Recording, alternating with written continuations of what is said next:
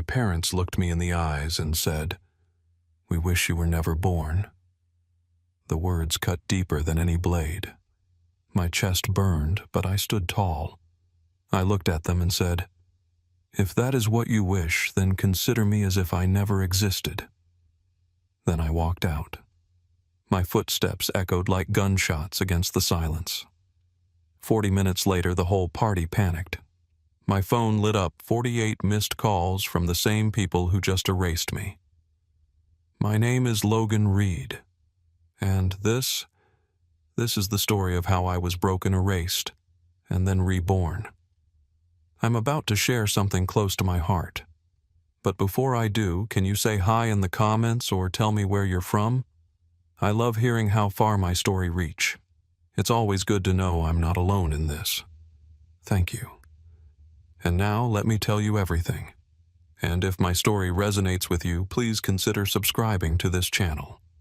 Sometimes all it takes is knowing someone out there cares, and your support helps me keep telling the truth.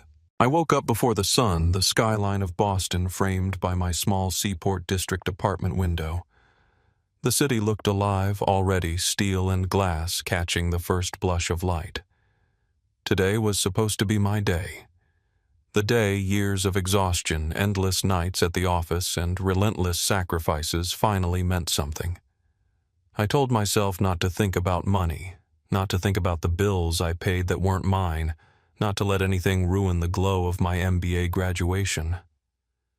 My phone buzzed before I even stepped into the shower.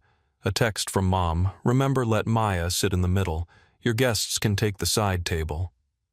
15 seconds later, Dad added, "Don't brag about that $2 million project. It sounds arrogant."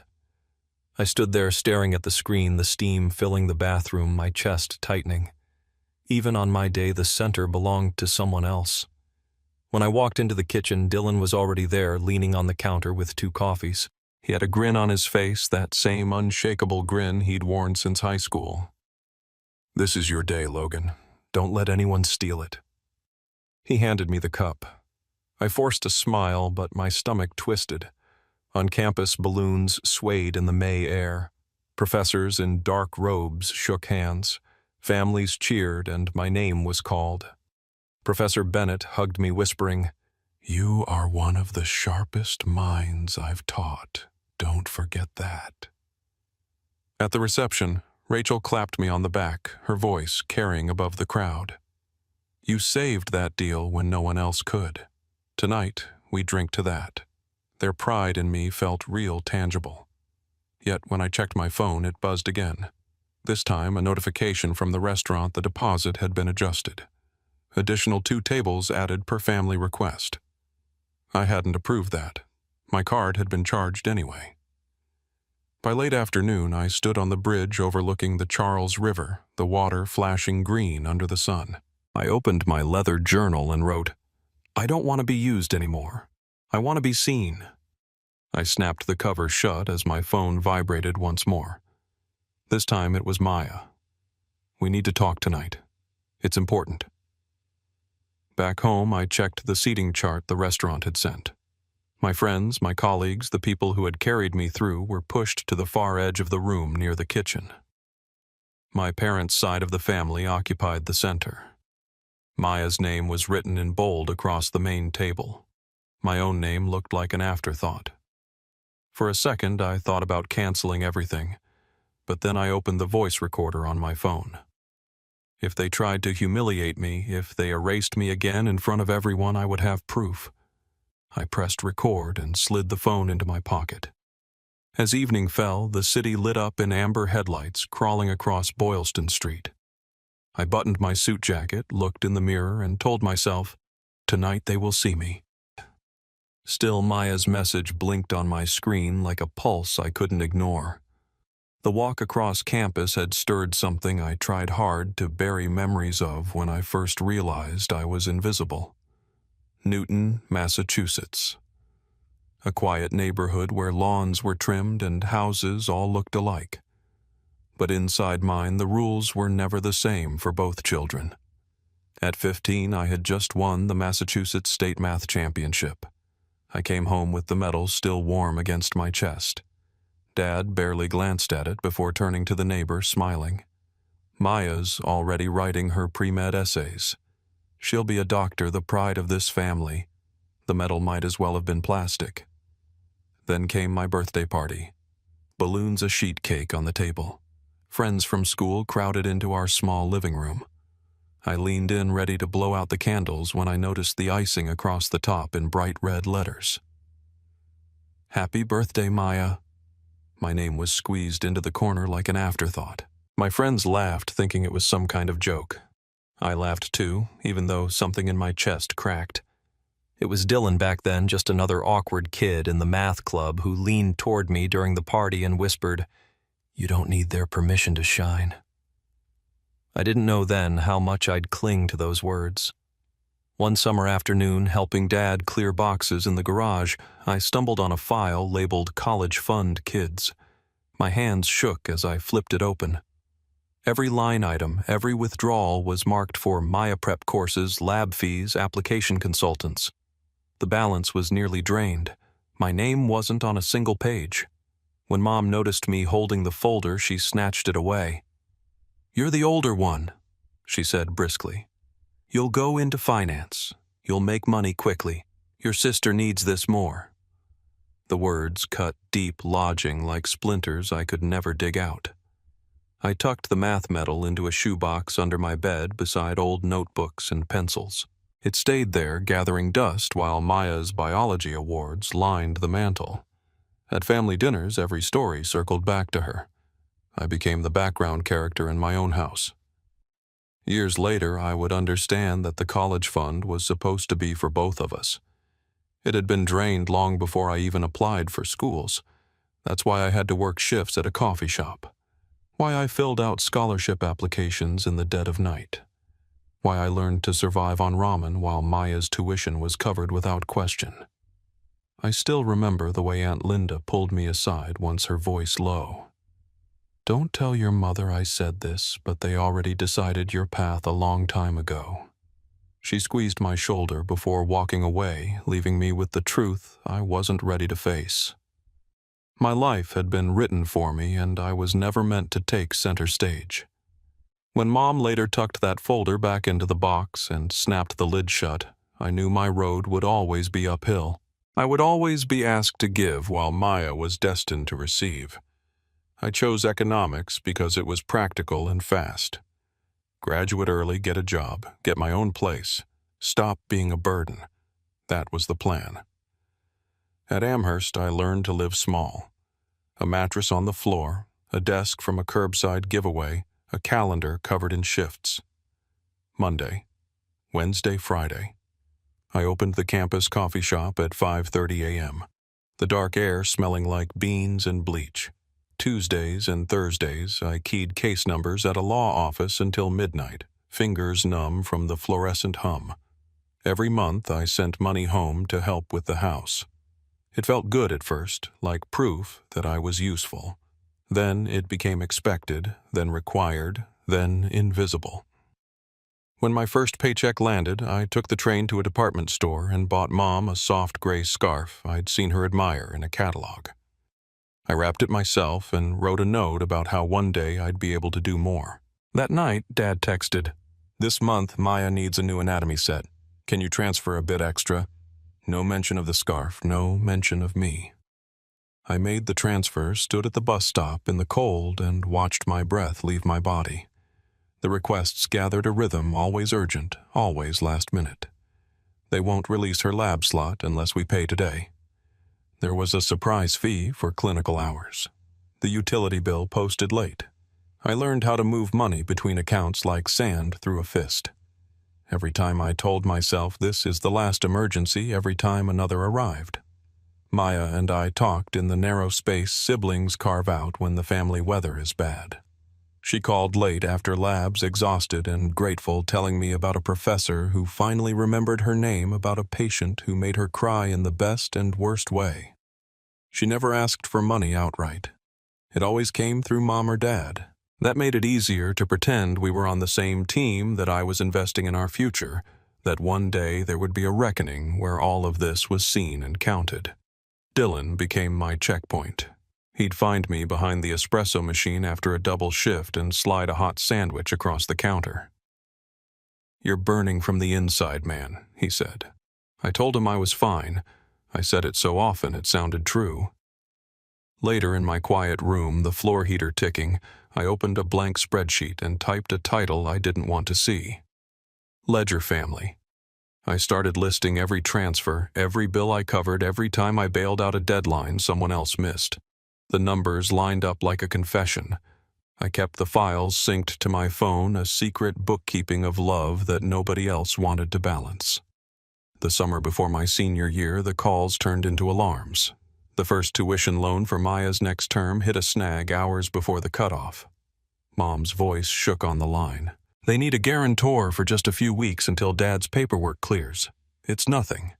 I signed the guarantee from a library computer, heart-hammering, telling myself it was temporary. A few months later, a bank representative called to confirm the extension of the guarantee on a restructured loan. My name featured in bold. I stared at the ceiling after the call, the fan blades blurring. We had agreed it would be temporary. We had promised it would be removed. That evening, Maya texted, "I thought they took your name off." I'm sorry. I believed her. I didn't want a villain.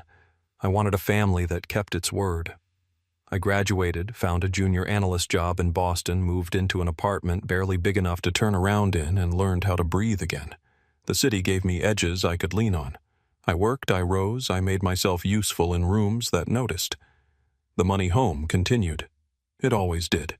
When the company promoted me into strategy and I finally saw a path up, I called home to share the good news. Mom asked about Maya's board prep. Dad asked when I could front the exam fees and we'll settle later. Later never came. The scarf I bought for Mom showed up in a family photo on the mantel behind Maya at Thanksgiving. Not on Mom's shoulders, but tucked under a crystal vase, a prop, a piece of set dressing. I looked for meaning where there wasn't any. It's just a scarf, I told myself. It's just money. It's just the role you play until they realize you're more than the role. By the time I applied to the MBA program, I had learned the language of crisis. I negotiated vendor contracts by day and negotiated with my own blood by night. When I got in, I paid the deposit with a laugh that sounded like a cough. I packed my life into 3 boxes, told myself the degree would change the math, and moved to the Seaport District. Years later, on the morning of commencement, Mom sent a calendar invitation called Pre-Dinner Planning. It slid onto my screen with the cold efficiency of office software. When I opened it, the seating plan was already decided. The main table centered for Maya, and the maternal side the overflow table designated for my colleagues near the service hall.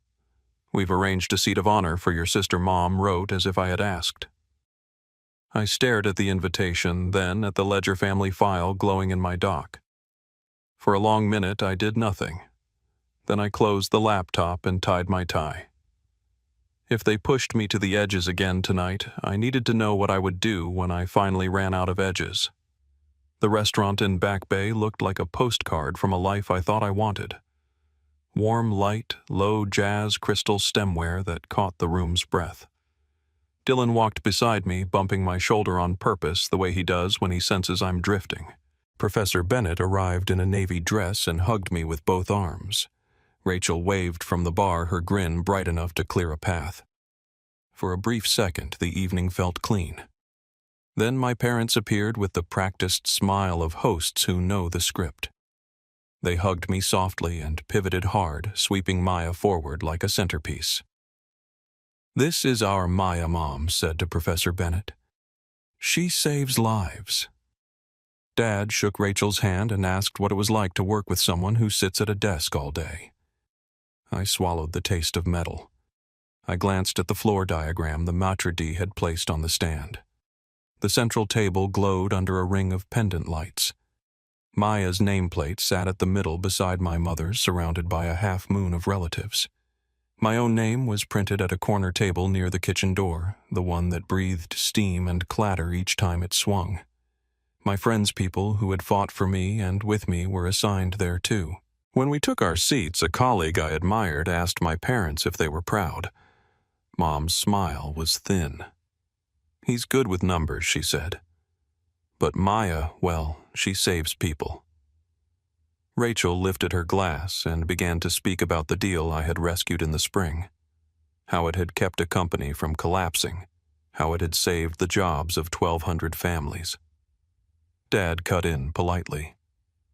"That is his job," he said. "It's not the same." The table absorbed the judgment like a spill. I kept breathing. I told myself to remember the river, the journal, the promise I made to myself hours earlier. Dylan pressed his hand to my shoulder under the table. "Not your fault," he whispered. Behind us, an aunt I barely knew murmured to her husband, "Logan has money but no soul." I didn't turn around. I fixed my eyes on the candle and watched the flame tremble. On my way back from the restroom, I passed Maya, who was turned slightly away from the room, speaking to a friend from her residency. Her voice was hushed and hoarse. "If Logan hadn't paid, she said I would have crashed a long time ago. But they'll never say that out loud." The truth sat between us like a third person. She saw me flinched and looked down. I nodded and kept walking. I wanted to tell her I understood. I wanted to tell her that understanding didn't make the weight any lighter. Back at the table, my phone buzzed. A coworker had tagged me in a story. I tapped it open and saw the glowing center table. The caption reading, "The doctor's family is the star tonight." The camera panned across faces I knew from childhood and cut away just before it reached mine. I watched it twice. The second time hurt more. An email banner rose along the top of my screen from the restaurant updated invoice. I opened it without thinking. The total stared at me, my card on file, my name in the line that mattered. I scrolled to the note section. "Thank you for hosting this celebration," it read. "Congratulations to Doctor." "It's to, Maya." My parents' laughter floated across the room as they told a cousin that they had put this evening together for our Maya who makes us proud. I felt something in me click into place. Not a snap, but a steady lock. I raised my glass and clinked it softly with my spoon. The room did not quiet at first. Then it did, voices falling like coins into a well. Rachel looked at me. Professor Bennett folded her hands. Dylan watched my face the way you watch a friend on a cliff. I stood, shoulders squared, the murmur thinning into a hush.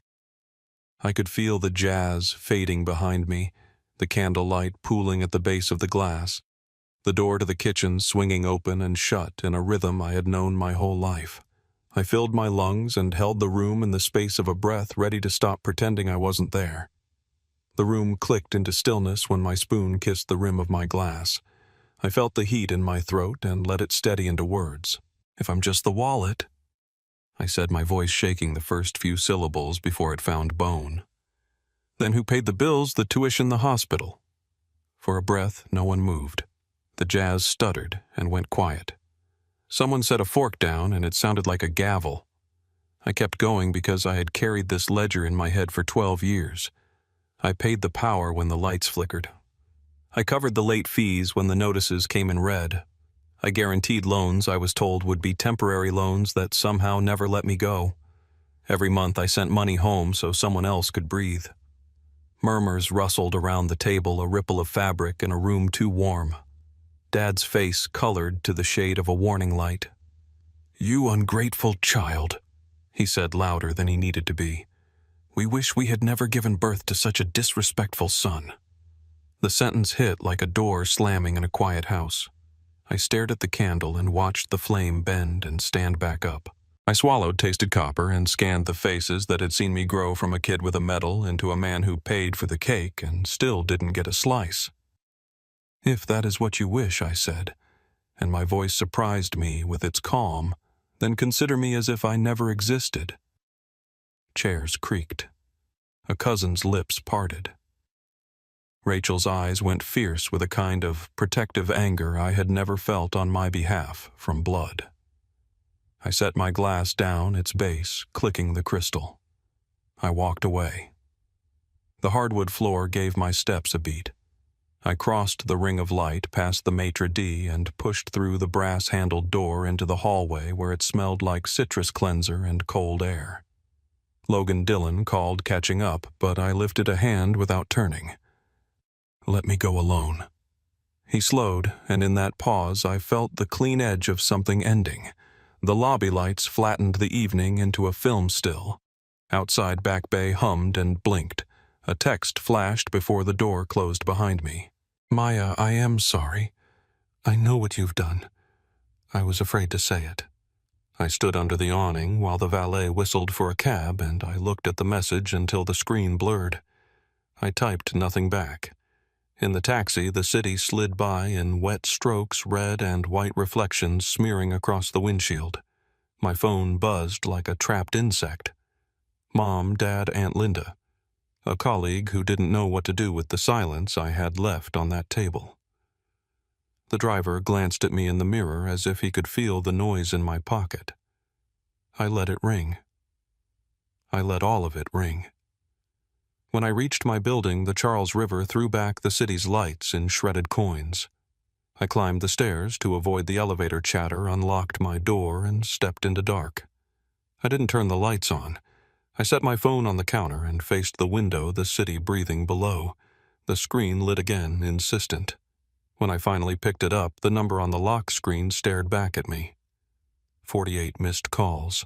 I counted them, because counting is what I do when I need the world to make a shape. 48. Attempts to pull me back into the old role in the span of an hour. 48 times I chose to stay gone. An email pinged and slid into view. Tidy polite. "Thank you for your payment. Congratulations to Dr. Maya." I laughed once, a sound without humor that cracked at the end. Even the receipt had learned the family script.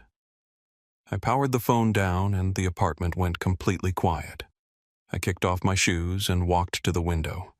The Charles River was a black seam stitched through the city's chest. Somewhere in the restaurant, a candle guttered out. I set my forehead against the glass and said it out loud to the street, to the water, to whatever part of me still needed permission. Tonight, I'm free, even if it costs me. I stayed there until my breath stopped fogging the window.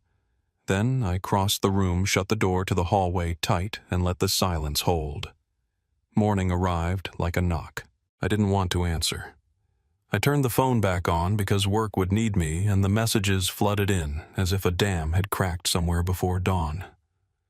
"Dad, you embarrassed us in front of everyone. Mom, family comes first unless you decide you're above it." Cousin's commentary dressed up as concern.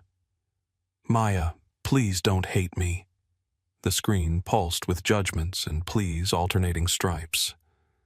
I put the phone face down and tried to breathe. At the office, the world made sense again. Numbers lined up. Plans had outputs. Rachel stepped into my doorway without knocking and leaned on the frame. "You told the truth," she said. "I'm proud of you." The words landed softly where the others had bruised. Later, an email from Professor Bennett found me between meetings. "Your voice is clear. Keep it that way." It was like being handed clean water after days of salt. By evening, the sky over the Charles River was the color of an old bruise. I was reheating leftover noodles when the intercom buzzed. I pressed the button and heard my mother's voice, too composed to be casual. "We're here. Let us up." The elevator took forever, and then not long enough.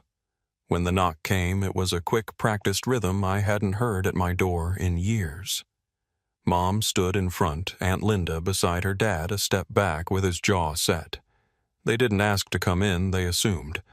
I met them in the doorway and didn't move. "We need to talk," Mom said. "Maya's program has costs. It's your responsibility as the son to help your sister." The word responsibility hung there like a looped rope. "My responsibility ended," I said, "when you told me I didn't deserve to exist." The air thinned. Aunt Linda's eyes dropped to the hallway carpet. Dad's gaze burned past me into the apartment as if he could appraise square footage and turn it into moral debt. Maya's name lit my phone on the console before anyone answered. She was video calling. I held the screen up and her face filled it, red eyes, hospital corridor behind her, fluorescent lights flattening everything. I knew she said voice cracking. I knew you were carrying it all. I should have said something. I was scared if I stepped out of the light I'd lose everything I'd worked for. Her confession didn't absolve anything. It only made the shape of the machine clearer. Dad spoke over the call, firm, tired of pretense. We needed someone to handle the finances, and you were born to do that. That's how families work. Don't make this dramatic. The sentence was a key turning in a lock I had been rattling my whole life.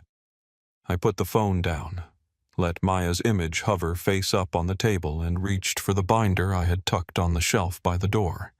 I had printed the Ledger family file the week I was accepted into the MBA program. Maybe because a thing on paper feels harder to deny. I opened it to the first page and handed it to Mom. This is 12 years, I said. Rent when you were short medicine, when insurance fought you. Winter gas bills, late fees, 2 rounds of tuition loans I guaranteed and was told would be temporary. You don't have to thank me, but you don't get to pretend it didn't happen. They turned pages in silence. The hallway hummed with other people's dinners and televisions. Finally, Mom handed the binder back like it was contaminated. That's what an eldest son does, she said, crisp and chilly. It isn't a favor, it's duty. I could feel the anger rise and pass the way a fever breaks. No, I said it was love. And you kept calling it duty so you wouldn't have to love me back. I stepped into the doorway, making the space smaller. From now on, you will figure it out without me. I am not the family's wallet anymore. Aunt Linda's mouth trembled like she might speak, but she didn't. Dad squared his shoulders, the old posture of final authority, but there was nothing left to command. The elevator chimed at the end of the hall. Somewhere, a dog barked twice and went quiet. Mom started to say my name the way she did when I was 8 and late for dinner.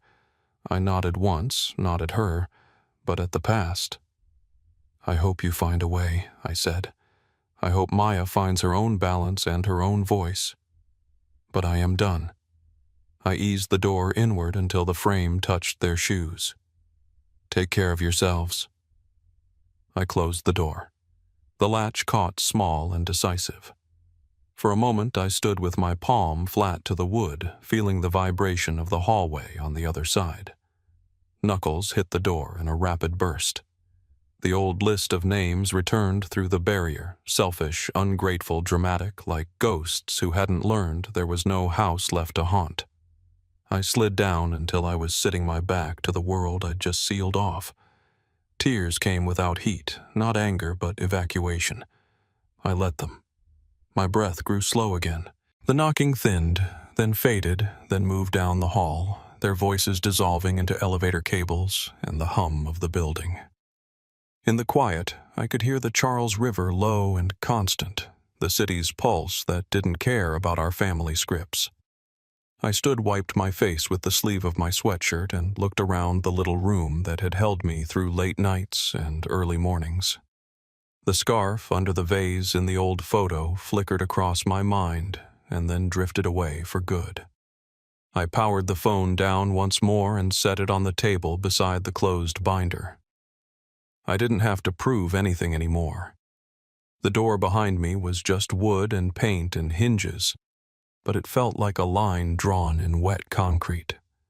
On my side of it air, on my side of it room enough to live. After closing the door on my parents that night, I buried myself in work. I arrived early, stayed late, volunteered for projects that scared other people off. My mind was raw from the confrontation, but I poured every sharp edge into strategy decks and negotiations. Within months, I was leading a multinational project that had been teetering on collapse. Rachel introduced me in meetings as if I were already a partner. My colleagues began to look at me differently, not as the quiet analyst who stayed late, but as someone who carried momentum into the room. One morning, as the first sun touched the back bay, I opened an email from Professor Bennett. She had heard of the deal I'd steered to safety. Her words were simple. "You are living proof that intelligence and grit don't need outside permission to matter." I read it 3 times, each line pressing into me like a hand steadying my back. I sat at my desk that afternoon, hands trembling over the keyboard, and wrote what I had never dared to say out loud. On Medium, under a pen name, I described what it meant to be the invisible child, to be the wallet for a family that never once said thank you, to be told I wasn't worth the space I took up on my own graduation night. I didn't name them. I didn't need to. I ended with one line that came from the marrow of my bones. Silence and success are the sweetest revenge. I hit post and shut the laptop, convinced nothing would come of it. By evening, the numbers had gone feral. Thousands of shares, hundreds of comments. Strangers confessed their own scars. I was the invisible one, too. You put into words what I've carried for years. I scrolled until my eyes blurred, realizing I wasn't an island. I was part of an archipelago of children who had been overlooked, underestimated, erased. For the first time, their voices wrapped around mine. The following week, Rachel walked into my office, smile fierce. "You're going to speak at the Grit and Leadership Summit. They want your story." I froze, breath lodged in my chest. On stage, under a canopy of lights, I told the truth without naming names.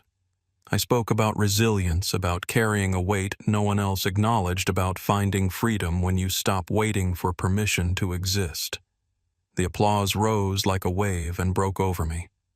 I walked off stage lighter than I had in years. I moved into a new apartment that fall, a penthouse floor-to-ceiling glass with Boston Harbor stretching endless outside my window. The first night, Dylan and Rachel stood with me on the balcony.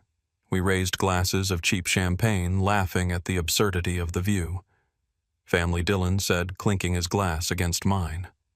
I nodded, throat tight. It wasn't blood. It was better. News of my success spread quickly. Old neighbors whispered to my parents. Cousins forwarded articles. The emails started to arrive. At first, they scolded, "You've abandoned us. You only care about yourself." Then they shifted into pleading. "Maya needs help. Don't turn your back." I read them in silence. My reply as steady as stone. Nothing at all. Late one night, Maya's name lit my screen. Her message was a confession folded into regret. "I'm sorry. I knew how much you carried. I just wasn't brave enough to say it. I hope someday you can forgive me." I let the phone rest in my palm, then set it face down. Some words can't fix what years have carved. I stood at the window, Boston glowing beneath me, the harbor breathing its dark rhythm. "Now I live for myself," I whispered to the glass. "And nothing can drag me back." The city answered with silence, and for once, silence felt like love. By summer, I decided to host a dinner in my penthouse. No formal seating charts, no relatives competing for the center, just pizza boxes on the marble counter, bottles of wine breathing open on the table, and the people who had chosen me. Dylan sprawled on the sofa, telling stories of our high school math club days. Rachel leaned back in her chair, eyes crinkling as she laughed. Professor Bennett raised her glass, her voice steady. "Logan, you've redefined what resilience means in this industry." My face burned with a humility I had never known at home. I stood and let the words come. Once my own family told me I wasn't worth existing. But I've learned that value isn't defined by blood or old scripts. Real family is the people who choose to stand beside you, not because they must, but because they want to. Applause filled the room, not the forced politeness of a banquet hall, but the warm rhythm of genuine hearts. Dylan crossed the space and hugged me so hard I almost laughed. You deserve this, man. Every bit of it. Halfway through the night, my phone lit up on the counter. 7 missed calls from Mom stacked one after the other. I flipped it face down and smiled. No hesitation, no pull. The conversation at the table roared on without a hiccup. Later, as laughter still hummed through the room, I checked my email and found a message from Aunt Linda. Her words were quiet but certain. You deserve joy. Don't let them drag you back. I am proud of you. Tears slipped before I could stop them. Maybe the bloodline wasn't all poison. Maybe a single thread of grace could still weave its way through. On PhotoShare, the anonymous post had sparked a movement. Invisible. No more spread across feeds and cities. Messages poured in from people I had never met. Thank yous, confessions, promises to break their own chains. I realized my story had outgrown me. It belonged to anyone who had ever been made small and dared to stand tall. Anyway, when the last guest left and the door clicked shut, I walked to the window. The city blazed with light streets alive, the Charles River cutting silver between towers. I opened my journal one final time. Logan Reed Freeman, starting a new chapter. I closed it, placed the Ledger family in a drawer, and turned the key. The past was accounted for. The debt was paid. I leaned on the glass, watching the city breathe. If you've ever been told you don't matter, I whispered, remember you do. Let go of the chains. Build the family you choose. Freedom is waiting, and no one can take it away from you. The room was quiet, but the lights of Boston flickered back bright and infinite as if to agree.